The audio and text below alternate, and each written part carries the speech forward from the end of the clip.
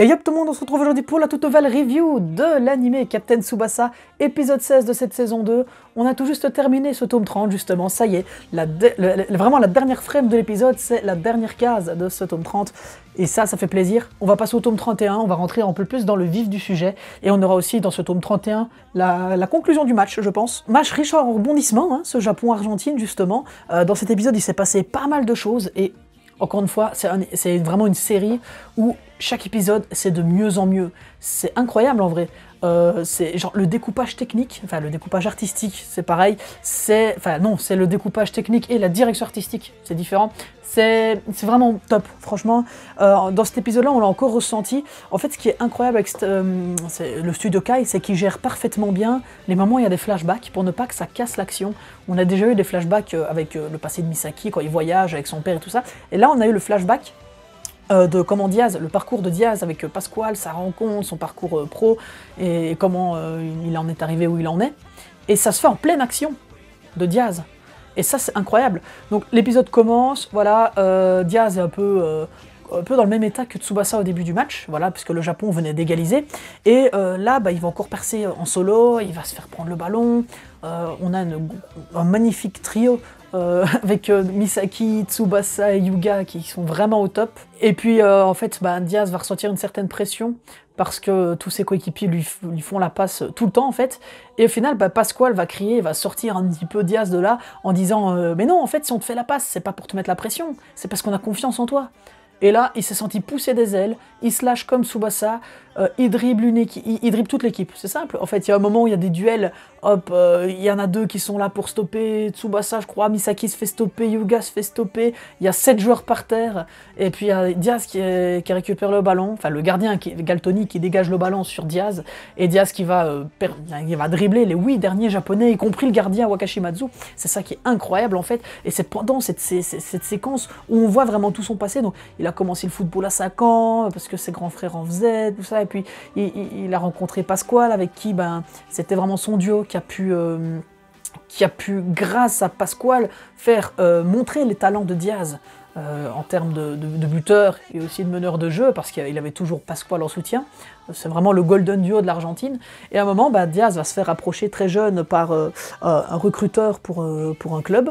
Et il a dit ok, moi je veux bien jouer, mais à condition qu'on prenne Pasquale avec. Voilà, vraiment il sentait bien que Pasquale n'était pas aussi bon que lui, mais il voulait quand même rester avec son ami, il lui laissait une chance aussi. Et donc voilà, sa carrière a démarré comme ça, et puis il a très vite été titulaire, et puis il a participé à l'équipe, à la Coupe du Monde nationale en tant que junior. Vraiment, il avait genre 10 ans, il était déjà dans l'équipe nationale, c'était quelque chose. Et là, il a rejoint ce championnat, U16, à 15 ans. Donc c'est vraiment un phénomène. Et ce que j'aime bien, c'est qu'on nous glisse subtilement à la fin qu'il va intégrer bientôt l'équipe première en professionnel de son club, et que c'est le même exploit que certains héros argentins. Ça fait directement référence à Diego Maradona, bien évidemment. Et c'est ça que je trouve assez marrant. C'est parce que Diaz est directement inspiré de Diego Maradona, sauf qu'en fait, on te fait la référence à Diego Maradona. Alors qu'en fait, Diaz est le Maradona du manga, en fait. Donc, c'est un parallèle assez intéressant pour ceux qui n'avaient pas capté subtilement. Mais dans le manga, il est clairement dit que, comme un certain Diego Maradona, sauf que, je pense que pour des raisons de droit ou ce genre de choses, on n'a pas pu le citer. Mais bon, tout le monde a compris. Là, il marque un but. L'Argentine reprend l'avantage avec 4-3. Et là, le Japon, encore une fois, prend une prise de conscience en mode « Waouh, mais ce Diaz, c'est vraiment un génie » et tout ça. Et là, le Japon va vraiment complètement shifter et ils vont se dépasser. Et Tsubasa va encore gagner en maturité pendant ce match, parce que Diaz va essayer de le provoquer en 1v1 en mode « quoi, t'es le numéro 10, pourquoi est-ce que tu ne me passes pas? Tu sais bien que si tu ne me dribbles pas, en fait, tu ne peux pas gagner. » Et alors, Tsubasa répond très mal, avec une bonne maturité. Non, ça ne marchera pas, je ne rentrerai pas dans ton piège. La Diaz choqué et tout ça. Tsubasa qui passe à Misaki, il essaie de construire l'action. Et puis Tsubasa qui va repasser le ballon à Matsuyama, parce qu'il fait confiance aux capacités de Matsuyama. Et là, Matsuyama qui va montrer sa conservation du ballon incroyable. Franchement, dédicace à tous ceux qui aiment Matsuyama. Particulièrement mon pote Solvier, là, hein, qui adore vraiment Matsuyama, c'est son joueur vraiment, à chaque fois qu'il y en a un sur les jeux, il l'a, quoi. Non, vraiment, Matsuyama, un joueur très respecté, qui est mis en avant dans cet épisode, c'est cool, il a son moment de gloire, il arrive à faire jeu égal avec Diaz, et à défendre le ballon, avec ses genoux, voilà, c'est excellent. Et il va repasser le ballon avec sa passe de leg qui est magnifiquement bien animée. Tsubasa qui va faire une passe talonnade très bizarre, enfin drop kick, pas chassé, qui va faire une passe à Yuga.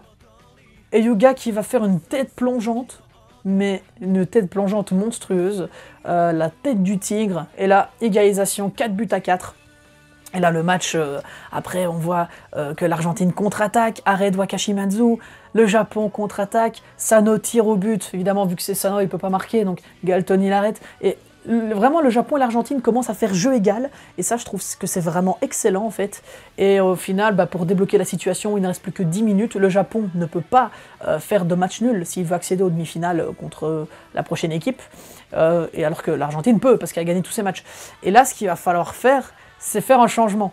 Et là, on voit Sawada et Misugi qui s'échauffent. Et on nous annonce qu'à vraiment à la toute fin, Misugi va rentrer sur le terrain. Et oui, Misugi va rentrer, les amis. Vous savez que Misugi, c'est ce joker qui a à la fois été sélectionné comme le coach du Japon, mais aussi comme joueur joker, qui pourra jouer que 30 minutes. Donc là, il va jouer 10 minutes, à peu près. Donc très intéressant, j'ai vraiment hâte de voir comment est-ce qu'ils vont respecter Misugi. En plus, le prochain épisode, il est clairement mis le retour du prince, il s'appelle comme ça.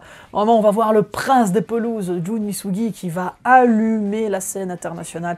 Ça va être incroyable, ça va être grotesque. Les fans de Misugi vont être contents aussi.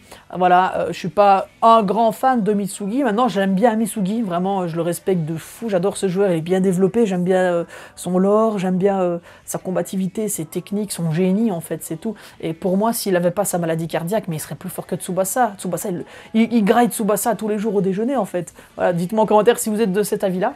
Et donc, hâte de voir ce que ce prochain épisode nous réserve. Mais sinon, pour celui-ci, la qualité d'animation qui est à la fois un petit peu plus économe sur certaines actions de jeu, qui font un peu vraiment comme des images, des déplacements, des zooms. Mais sinon, la bande sonore qui est là pour mettre la qualité, les sons d'impact, ils sont là. Encore une fois, le doublage est incroyable. Les OST, on a eu encore quelques nouvelles OST qui sont sorties, là, qu'on a découvert, comme au moment la contre-attaque de Diaz. Là, elle était très très bien aussi, cette OST-là. Donc j'ai vraiment hâte de voir ce que l'avenir nous réserve pour cette licence. En tout cas, je n'en suis pas déçu. Dites-moi en commentaire ce que vous avez pensé de cet épisode, en tout cas. Les fans de Diaz aussi seront contents, hein, Arkeola, je suis sûr que toi, t'es comme un fou derrière ton écran, voilà. Et du coup, va falloir attendre encore une semaine, voilà.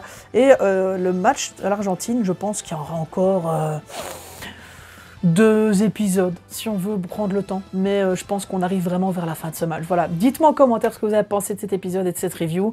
Vous pouvez aussi lâcher un petit pouce bleu, ça me soutient énormément. Abonnez-vous à la chaîne, il y a une grosse vidéo qui arrive début de semaine prochaine, donc j'espère qu'elle vous plaira, voilà. Et quant à nos amis, on se retrouve très bientôt pour une prochaine vidéo, c'était Skippy. Bye tout le monde.